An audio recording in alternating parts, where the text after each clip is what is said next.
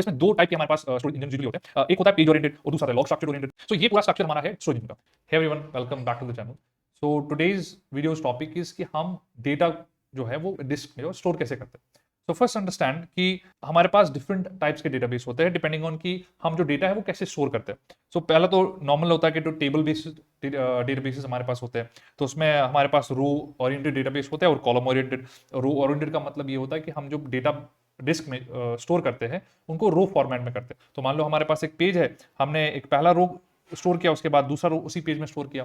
अगर हमारे पास कॉलम है, मान लो हमारे पास एक बड़ा सा टेबल है, उसमें एक कॉलम मान लो एज है, ठीक है, इसके हजारों मान लो रोज वैल्यूज होंगे। कॉलम ओरिएंटेड में क्या है कि एक डिस्क लेते हैं, उस डिस्क में एक जगह इस पूरे कॉलम को स्टोर करते हैं। अब ये जो डिस्क की स्पेस हम स्टोर कैसे करते हैं, अगेन पेजेस में ही स्टोर करते हैं, मल्टीपल पेजेस होंगे उधर।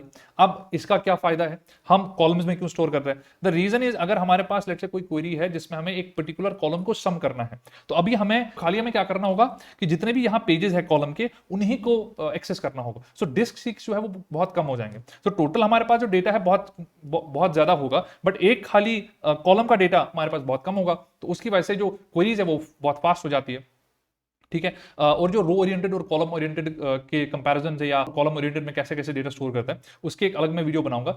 आज का वो प्लान नहीं होगा, ठीक है। अब एक नेक्स्ट टॉपिक पे पढ़ते हैं, that is the document type databases. उसमें क्या करते हैं, अगेन हम जो डेटाबेस जो वैल्यूज है वो in the form of documents, इसमें की और वैल्यू के फॉर्म में स्टोर करते हैं। अब वैल्यू का क्या है, वैल्यू कोई भी तरीके की हो सकती है, चाहे वो स्ट्रिंग हो, नंबर हो, या जो भी हो, ठीक है। की वैल्यू स्टोर्स हमारे पास है, उनका क्या है, उनमें हम वैल्यू की और वैल्यू के फॉर्मेट में स्टोर करते हैं।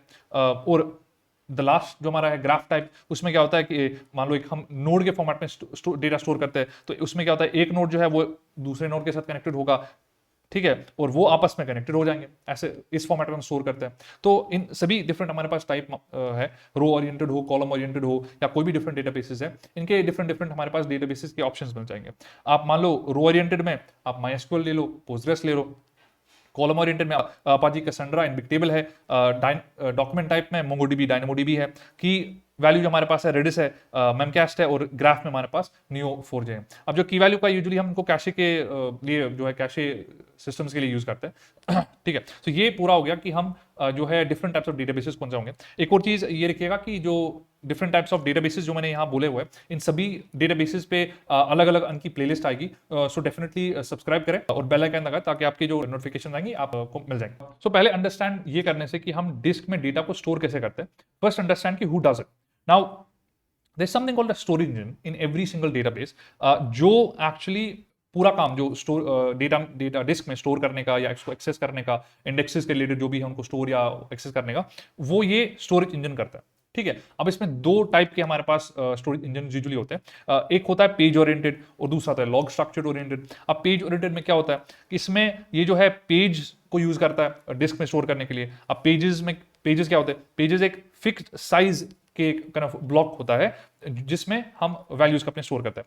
अब लॉग ओरिएंटेड में वो एक लॉग, या तो उनको लॉग बोलते हैं, या तो जर्नल फाइल्स, या तो सेगमेंट्स बोला जाता है। अब इसमें क्या है कि ये पेज से कैसे डिफरेंट है, उसमें क्या करते हैं, हम इसको अपडेट नहीं करते, जस्ट लास्ट में एक अपेंड कर देते हैं, मान लो लाइन, ठीक है, और बीच में हम इसको एडिट करने का ऑप्शन नहीं देते। तो जो भी लॉग स्ट्रक्चर या जर्नल की बात करेंगे, उसमें बीच में आप कुछ अपडेट नहीं कर सकते, आपको जो भी करना है लास्ट में एक फाइल में अपेंड करना होता है, ठीक है। अब ये डिफरेंट है then pages.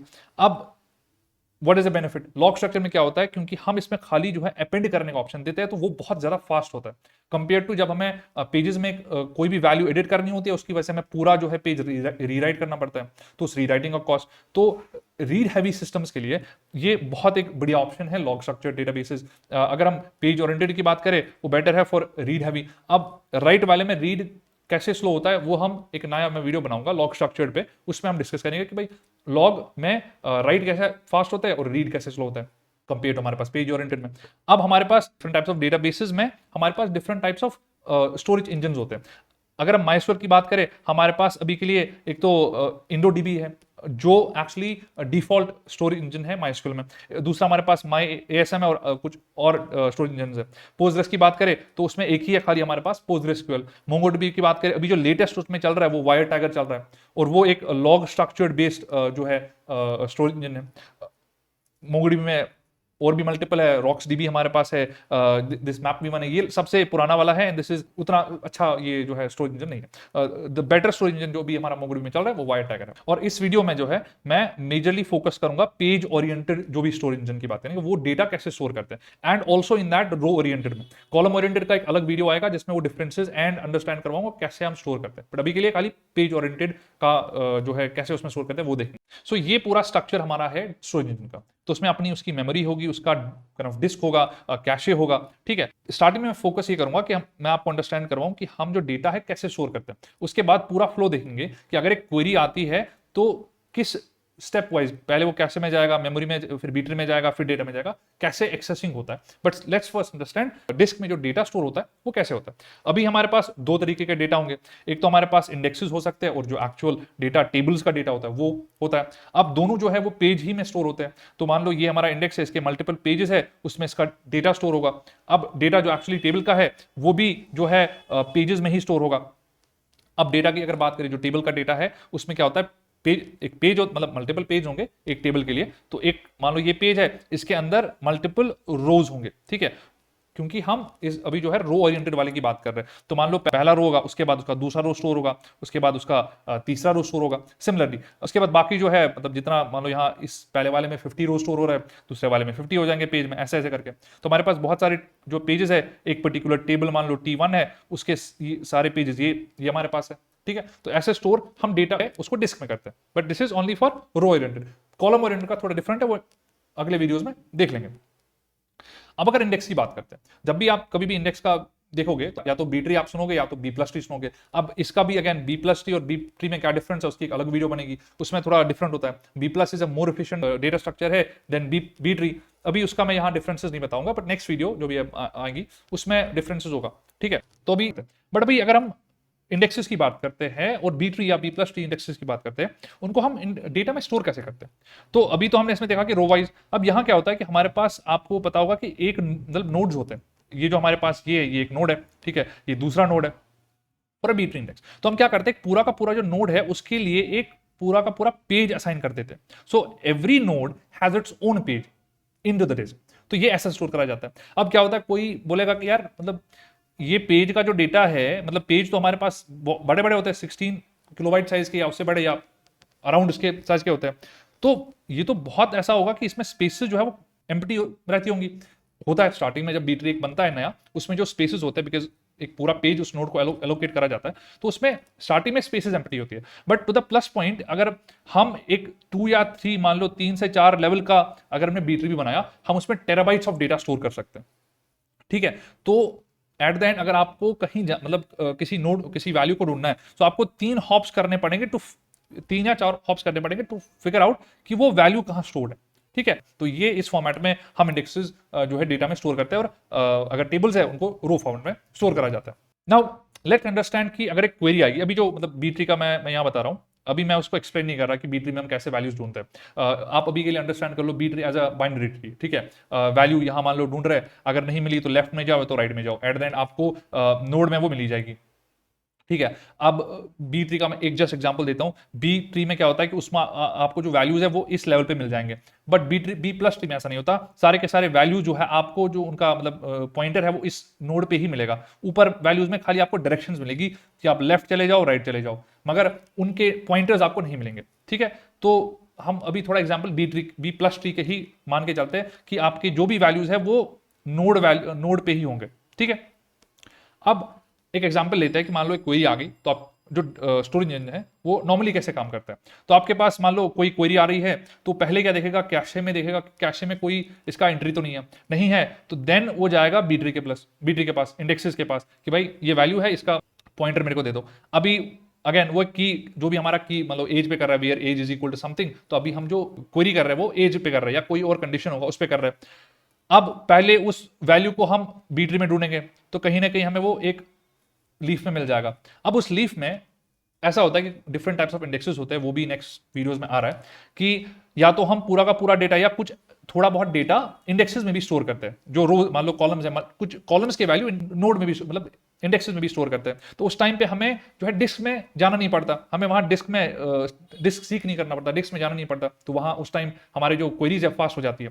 But let's assume करते हैं कि अभी यहाँ जो हमारे नोड पे है खाली उसका पॉइंटर है कि भाई किस पेज में कहाँ ये वैल्यू स्टोर है। तो भी क्या करेंगे, हमने बी ट्री में ढूंढा तो एट द एंड ये डेटा में जाएगा, उस पूरे पेज को लोड करेगा और जो डेटा है फिर यूजर को वापस सेंड कर देगा। तो अभी पूरा फ्लो है कि ऐसे हमारे पास क्वेरी जो है एग्जीक्यूट हो जाएगी। इंडेक्सेस के अगेन टाइप्स है, उसमें सेकेंडरी इंडेक्सेस होता है, प्राइमरी इंडेक्सेस होता है। तो एक उसका अलग वीडियो में बनाऊंगा इंडेक्सेस का, उसमें वो एक्सप्लेन पूरा मैं करूंगा कि इंडेक्सेस कैसे होते हैं। नॉर्मली अगर ये जो इंडेक्स आप मान लो प्राइमरी इंडेक्स मान लो कि आपकी जो प्राइमरी की पे है वो बना हुआ है, ठीक है, वो इंडेक्स मान लेते हैं। सेकेंडरी क्या होता है कि आपकी यूजुअली में थोड़ा जस्ट ब्रीफ इंट्रोडक्शन दे देता हूं। सेकेंडरी की कैसे होते हैं कि मान लो आपका प्राइमरी की है, उसके आगे आपका सेकेंडरी की लगा हुआ है। तो उसमें ऐसा चलता है कि आपको पहले आप अपने जो सेकेंडरी की पे क्वेरी करेंगे वो उसमें पॉइंटर होता है प्राइमरी की का, और प्राइमरी की का होता है डेटाबेस में। ये नॉर्मली ऐसे जो है डेटाबेसेस करते हैं, बट कुछ ऐसे भी है जो डायरेक्ट सेकेंडरी की को पॉइंट करवाता है डिस्क के साथ, ठीक है, और प्राइमरी की का तो है ही ऑलरेडी डिस्क के साथ। तो ये भी हम देखेंगे किस डेटाबेस में सेकेंडरी प्राइमरी को कनेक्ट पॉइंट करता है और किस केस में वो डायरेक्ट डिस्क को पॉइंट करता है, ठीक है। ओके, नाउ अंडरस्टैंड करते हैं कि मैंने आपको अगर आपको याद होगा कि मैं बोल रहा था हमारे पास जो पेजेस होते हैं या रोज होते हैं उनका जो साइज होता है वो फिक्स्ड होता है, ठीक है। तो यहां मान ले ये जो मैंने एक एग्जांपल लिया हुआ है, this is a zoomed in version of a particular page. तो एक पर्टिकुलर पेज में हमारे पास मल्टीपल रोज होंगे और ये पर्टिकुलर पेज जो है ये फिक्स साइज का होगा। एक और चीज है कि एक पेज में हम एक टेबल के ही डेटा को स्टोर करते हैं। मान लो एक पेज है, इसमें T1 टेबल के रोज स्टोर होंगे, T2 के नहीं होंगे। अब पहले बात करते हैं कि हमारे पास जो पेजेस है उनका फिक्स्ड साइज क्यों है, रीजन क्या है।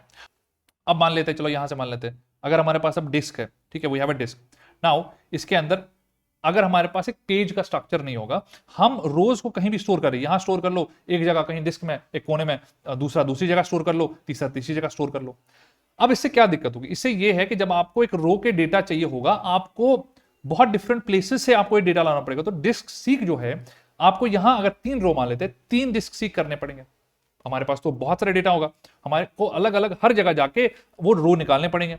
बट अब अगर हमारे पास एक पर्टिकुलर पेज होगा, फिक्स साइज का पेज होगा और पर्टिकुलर पेज होगा, हम उस पेज को ले लेंगे, हमें पता है कि उसमें सारे के सारे जो है रोज एक ही पर्टिकुलर टेबल के हैं। तो उससे जो हमारा डिस्क इनपुट आउटपुट आईओ है वो बहुत फास्ट होगा और हमारा डिस्क जो है सीक बहुत लगेंगे भी नहीं, हमें डिस्क में जाना भी नहीं है बहुत टाइम की वो डेटा निकालने के लिए। नाउ लेट्स अंडरस्टैंड जो हमारे पास फिक्स साइज रोज का क्या बेनिफिट है। तो पहला तो रीजन ये है कि फास्ट एक्सेस। अब फास्ट एक्सेस का यहां क्या मतलब हुआ, तो मान लो अगर आपको जो डिस्क है जो स्टोरेज इंजन है उसको ये रो एक्सेस करना होगा, ठीक है, इस रो को डिलीट करना है, अपडेट करना है, जो भी रीजन है।